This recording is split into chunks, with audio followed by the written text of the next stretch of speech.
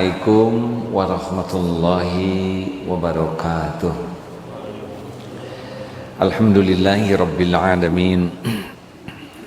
Alhamdulillahilladzi khalaqal mauta wal hayata liyabluwakum ayyukum ahsanu amala wa huwal azizul ghafur. Allahumma shalli ala sayyidina Muhammadin wa ala alihi wa ashabihi ajma'in.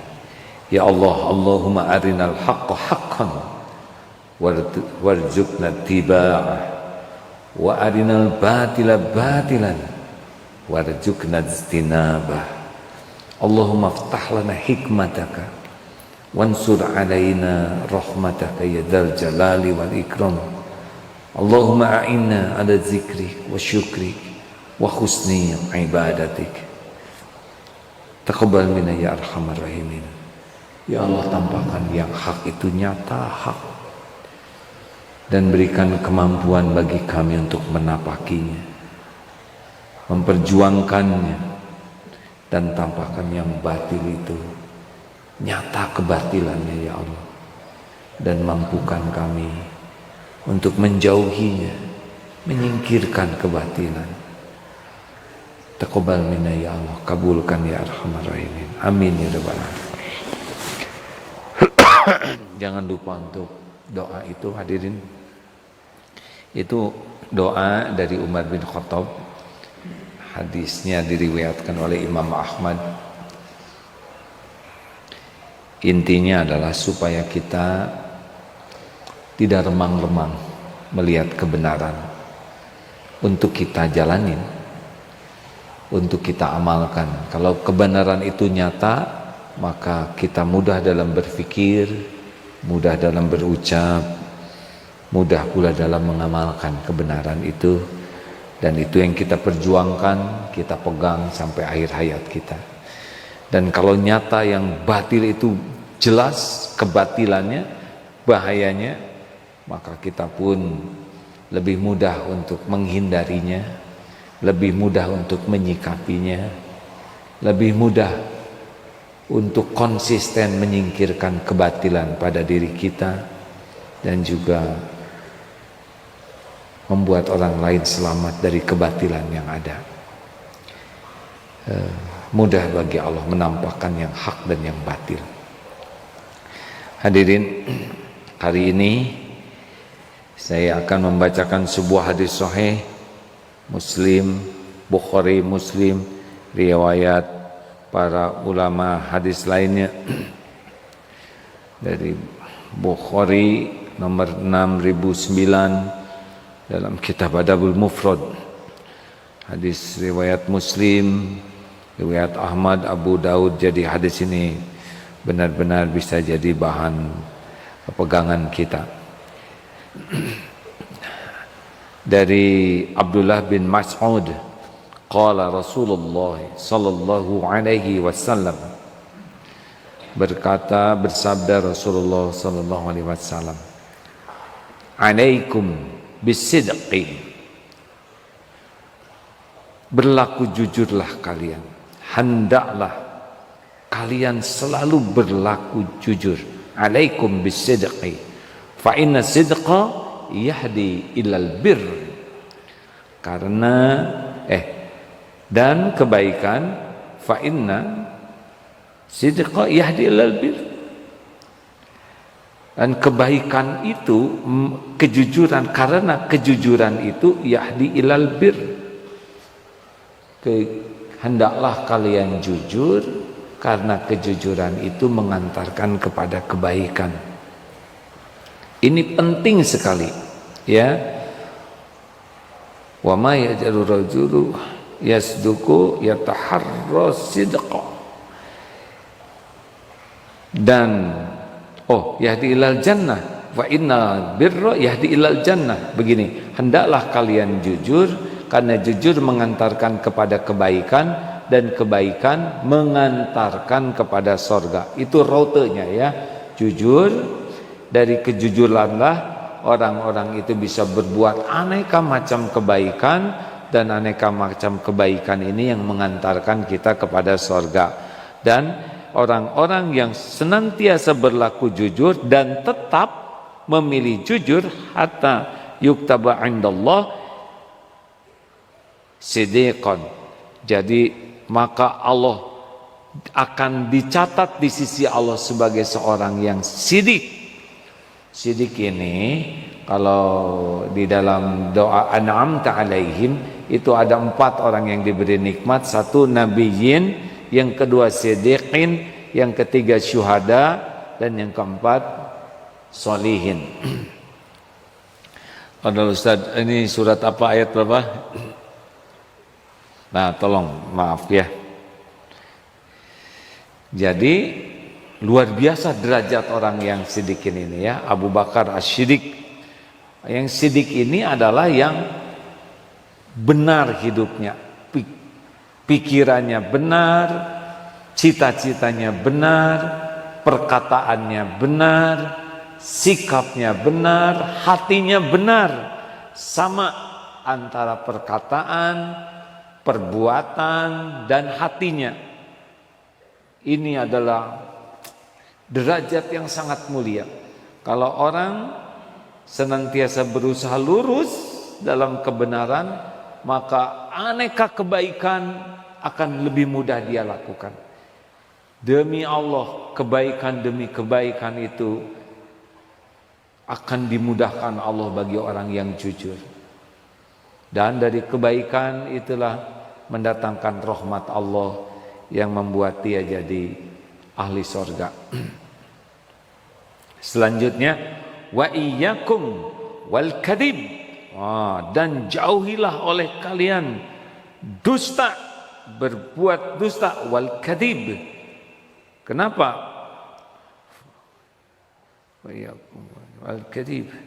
Karena wal kadhib yahdi ilal fujur. Karena kedustaan membawa seseorang kepada kejahatan. Fa innal fujura yahdi ilan nar. Dan orang-orang yang berbuat dan kejahatan mengantarkan kepada neraka. Dan orang-orang yang senantiasa berdusta dan memilih kedustaan, maka akan dicatat di sisi Allah dan Allah akan mencatatnya sebagai orang-orang pendusta. Yuktaba indallah kadzdzaba, pendusta, pembohong.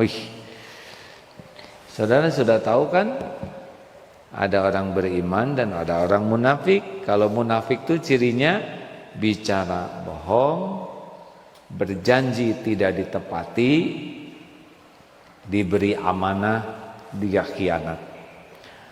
Jadi sekarang kita mengerti mengapa Rasulullah Sallallahu Alaihi Wasallam, Muhammad muda, dari muda itu sudah dikenal oleh masyarakatnya sebagai Al-Amin, seorang yang sangat jujur terpercaya. Muhammad Buddha itu sebelum jadi nabi sudah sangat terkenal. Kalau bicara pasti benar, tidak ada bohongnya, tidak ada ditambah-tambah, tidak ada bumbu-bumbu yang membuat menyelisihi kebenaran. Bicaranya benar. Karena hatinya benar, niatnya benar, bicaranya benar, dan sikapnya juga benar. Kemudian dari kebenaran inilah Rasulullah pun kalau suara saya terlalu keras ini, bunyi sirinya ya. Benar. Kemudian setiap janji Muhammad muda itu selalu ditepati. Tidak ada keraguan. Dan kalau diberi amanah apapun, beliau sempurnakan. Tidak pernah lari dari amanah, tidak pernah mengkhianati amanah, tidak ada. Jadi memang kalau kita lihat negeri kita ini jadi babak belur begini, karena banyak korupsi. Bayangkan,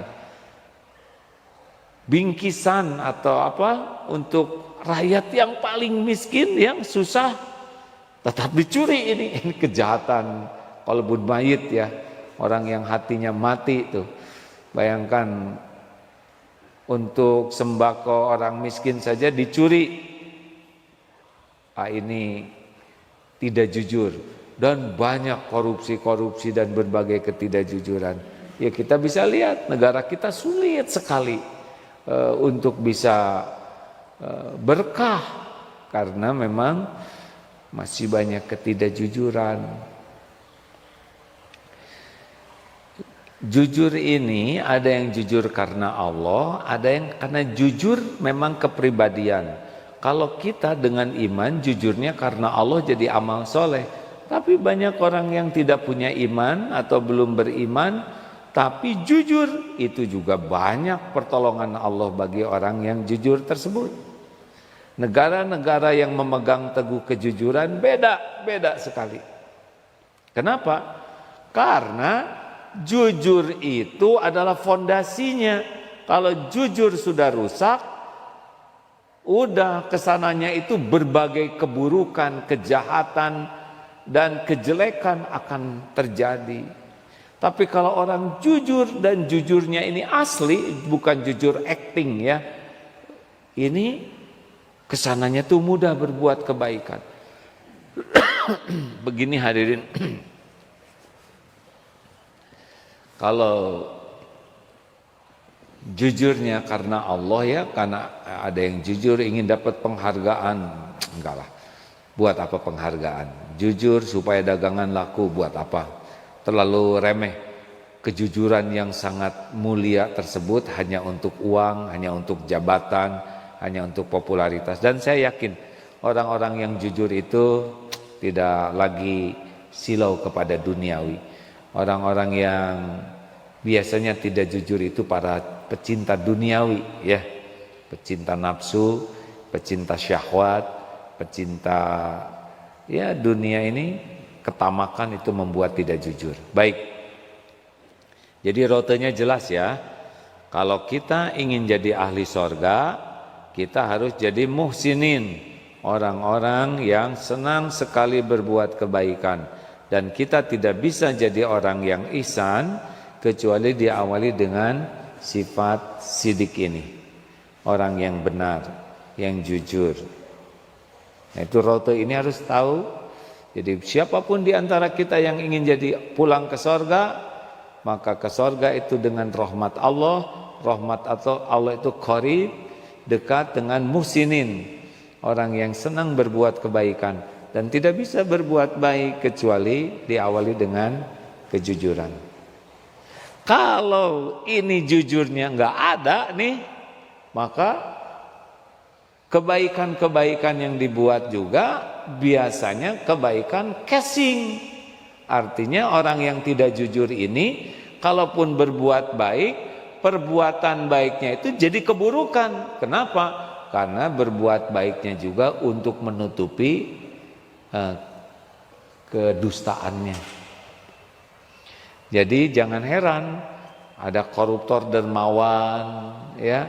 Jangan heran ada penjahat yang sering nyumbang ini, nyumbang itu. Kenapa? Karena dia ingin menutupi kejahatannya, keburukannya. Ada yang rajin silaturahim ke sana sini, memberi ini, memberi itu, ya tujuannya adalah untuk membantu menutupi kejahatan dan keburukannya. Silaturahim itu amal baik, tapi karena dia orang yang tidak jujur, maka silaturahim itu strategi untuk menutupi ketidakjujurannya. Jadi pilihan kita cuma satu. Jadi orang yang berusaha jujur. Jujur, konsisten. Ya, kita pasti ada kesalahan sana sini dan sebagainya, ya. Tapi track jadi orang jujur ini harus jadi pegangan kita sampai kita mati. Kalau kita ingin keluarga kita berkah, jujur. Salah sana sini ada. Ini di masjid Santri, sekarang tidak ada ya. Santri, siapa yang ngobrol boleh, tapi harus berdiri. Santri biasanya banyak di sini. Setuju? Setuju. Sedang tausiah, ada yang ngobrol, diam. Saya mendengar ada yang ngobrol. Yang lain mendengar tidak ada yang ngobrol. Ayo jujur. Ya, berarti benar ada yang ngobrol. Tolong acungkan tangan yang merasa ngobrol. Ini penting. Karena kita tidak tahu obrolannya itu darurat atau tidak, betul? Akhirnya ngacung. Alhamdulillah, harus kita hargai. Terima kasih deh sudah mengacungkan tangan. Bagaimana? Apakah obrolan ini obrolan yang sangat penting untuk dibahas atau hanya obrolan yang tidak manfaat? Ya tidak penting, hanya ngobrol saja. Ini pun jujur ini. Luar biasa ini. Bagus, alhamdulillah, terima kasih deh. Jadi bagaimana? Apakah ini kesalahan atau tidak? Ya salah. Wah, ini juga harus kita apresiasi karena dia sudah berhasil melihat dirinya benar atau salah dan mengakuinya. Ada tahu apa yang harus dilakukan? Iya. Langsung berdiri dua-duanya. Berdiri. Masya Allah. Ini harus diapresiasi. Satu, berani ngaku. Dua, berani mempertanggungjawabkan. Maaf ya, harus berdiri karena itu kesepakatan kita. Ini bukan menghukum, tapi kita sudah sepakat yang ngobrol tanpa alasan berdiri. Tidak apa-apa deh, tidak apa-apa ya, sambil berdiri sambil istighfar.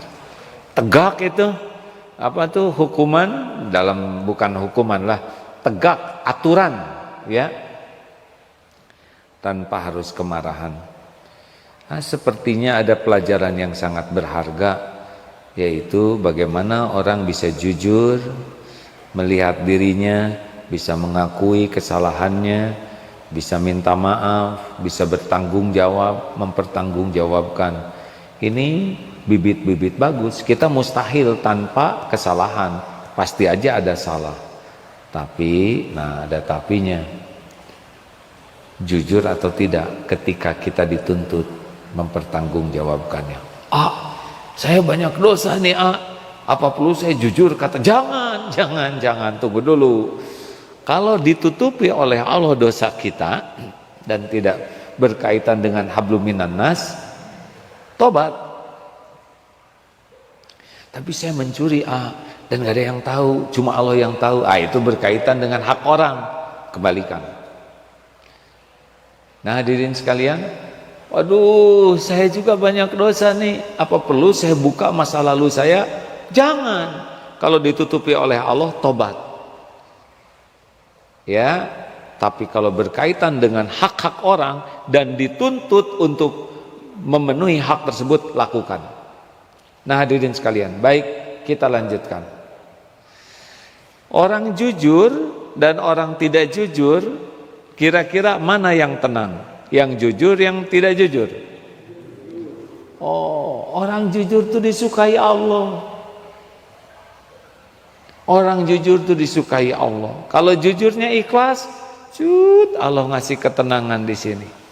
Huwallazi anzalas sakinah. Makanya orang jujur itu tenang. Bahasanya tenang. Orang tidak jujur, waduh, galau, gelisah terus. Kenapa gelisah? Karena takut ketahuan. Dosa itu kan cirinya dua.